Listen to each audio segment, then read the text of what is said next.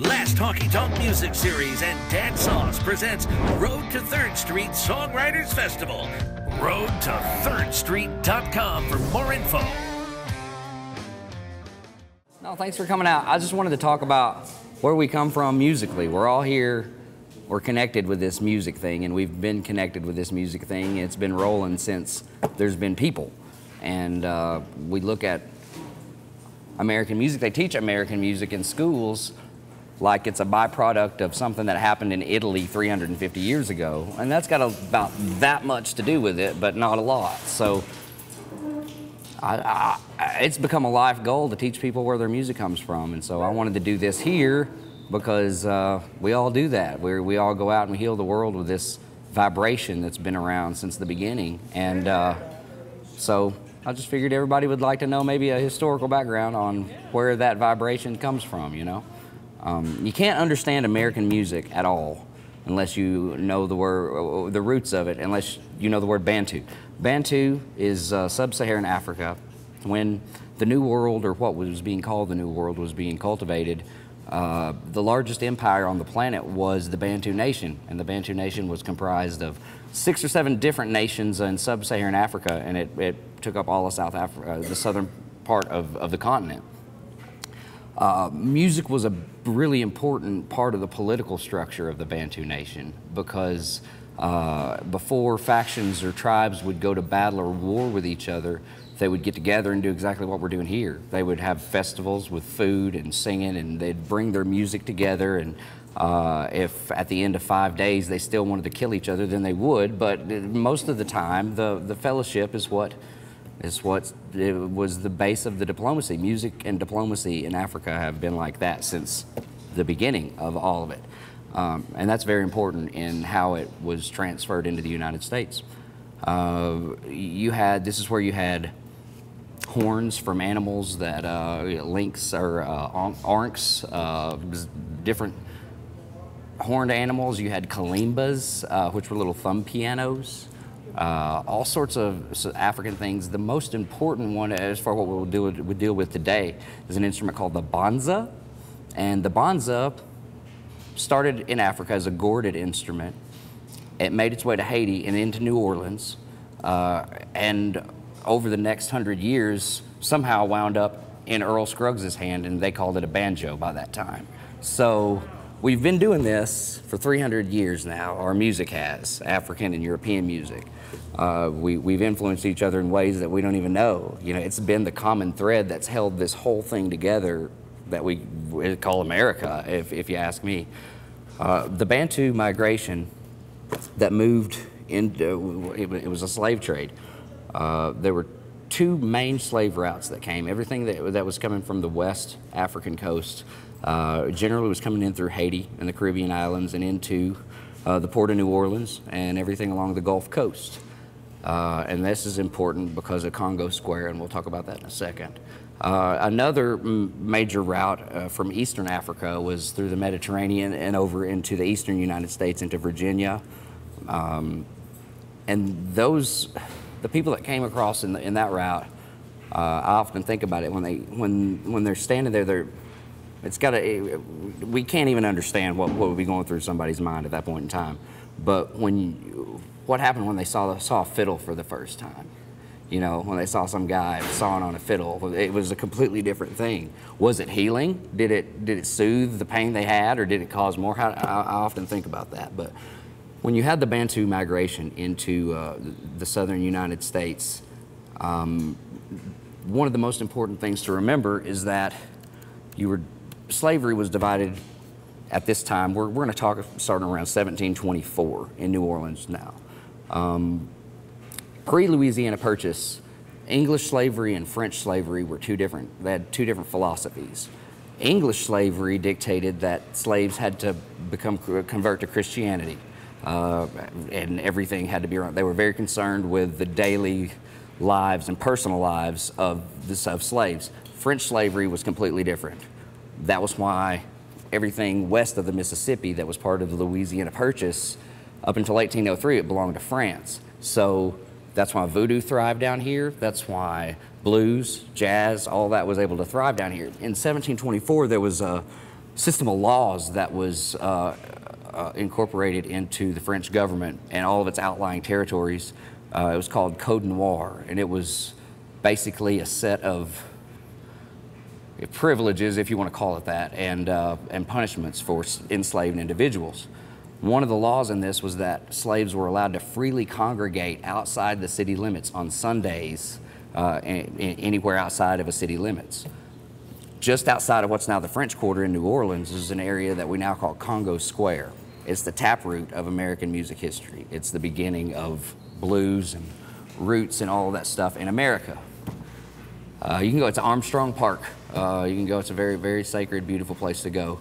But what happened was, shortly after that Code Noir was incorporated, people started gathering there. That's the place they picked to start gathering on Sundays. And it turned to a marketplace. They would bring instruments, they would trade, instruments that had never been played together before would come to Congo Square, and they would have to learn how to improvise together. So, I mean, that's the absolute beginning of jazz and the improvisation that exists there, and that's what happened. Congo Square was allowed to remain an African marketplace up until 10 years after the Civil War. And at that point in time, New Orleans passed a city law that said they could gather and publicly congregate anywhere except for Congo Square. Well, that's why second line came out. That's why the parades in New Orleans and all that happened, because the dancing circles and the music circles, the drum circles that all were in Congo Square in circles, they had to straighten out in the streets to fit the grid of the city. And so they just took it out into the streets, and that's where all that comes from. Yeah, and so Congo Square is really one of the most important places in American music history, but it's because of that difference between French and English slavery. On the other side of the river, we're going to move up into the mid-1830s. On the other side of the river, it was English slavery, and you can tell here Mississippi well, there is no Alabama here, and Mississippi is a lot larger on a width scale. You had English slavery on this side of the river, which everybody was required to convert to Christianity, and it was pretty stringent on a religious level. So they had to improvise more they needed to get, my subscriptions are canceled. They had to improvise more as far as communication on a farm, because they were way more restricted. They couldn't use traditional African stories and parables and religious things to cope with, so they had to change everything. One of the things that sparked the blues coming up out of Mississippi was called ring shout. And we know them as field hollers, spirituals, field chants, whatever you want to call them. They called it ring shout. And ring shout was a system of communication on a plantation. They would take stories from the Bible and create songs using traditional African melodies and rhythms and harmonies. Those melodies and rhythms and harmonies conveyed one message, while the words they were using from the Bible stories were conveying a completely different message. So like Swing Low Sweet Chariot is a ring shout. That's where it came from. There's a line that says, look over Jordan and what do I see? A host of heaven's angels coming after me. They weren't talking about heaven's angels at all. They were talking about get to work because somebody's coming to check on you, and if you're not working, you're gonna get in trouble. And that was a system they improvised to be able to cope with life as they knew it. And then you had the Civil War. If you take the Civil War, and if you can for a second, look at only from a musical perspective, you had African culture and this blues that had been stewing in the Delta. It was exposed to what came over from Europe. You know, this is what we talk about a lot in schools. This is your Renaissance, your medieval period, your Mozarts and Beethovens and Brahms. All these things, they came across the boats. Ireland specifically sent a lot of prisoners, and they would just drop them off on the shore in Virginia and South Carolina, just here you go, get out, hope it works. And those people, there was also an Irish slave trade that came in through New York that gets ignored a lot by history, but a lot of people came in that way, indentured servants that filtered into the Appalachian Mountains and would settle in hollows and valleys, and sometimes generations would never cross the mountain to see who was on the other side. So you had these musical influences that would set and just fester for generations, 1796 was the first, it was around in Galax, Virginia, is where Irish fiddling turned into mountain fiddling. So you had all those things happening right around then. The migrations that came in filtered through the Appalachian Mountains and down even into the southern part into Georgia. And when they met, when the Civil War happened, everything it got stirred up culturally. You had slave details and buffalo soldiers and all sorts of individuals that were struggling from an African perspective, exposed to the musicality of the mountain perspective, and vice versa. You had people from the mountains all of a sudden stationed in Mississippi and hearing field chants. So people didn't even know it, but the world was about to sound completely different because of what was going on. All the cultures, the music was stirred up in 1885. 20 years after the Civil War, Thomas Edison invented a way to capture a recording. And in 1910, the radio was patented, so now you can broadcast these recordings. So in like a 50-year period, it got stirred up, and then all of a sudden, technology allowed it to be recorded and broadcasted. And then in the 60s, when Keith Richards and Eric Clapton were trading Howlin' Wolf records that had just, 40 years were newly pressed, the world really would never be the same after that. It changed the way the whole thing sounds. If you take the technological advances of the time, you got to look at two people, John and Alan Lomax. And you can check this stuff out. It's in the Smithsonian. All of their recordings are in the Smithsonian. John Lomax was the dad. Alan was the son.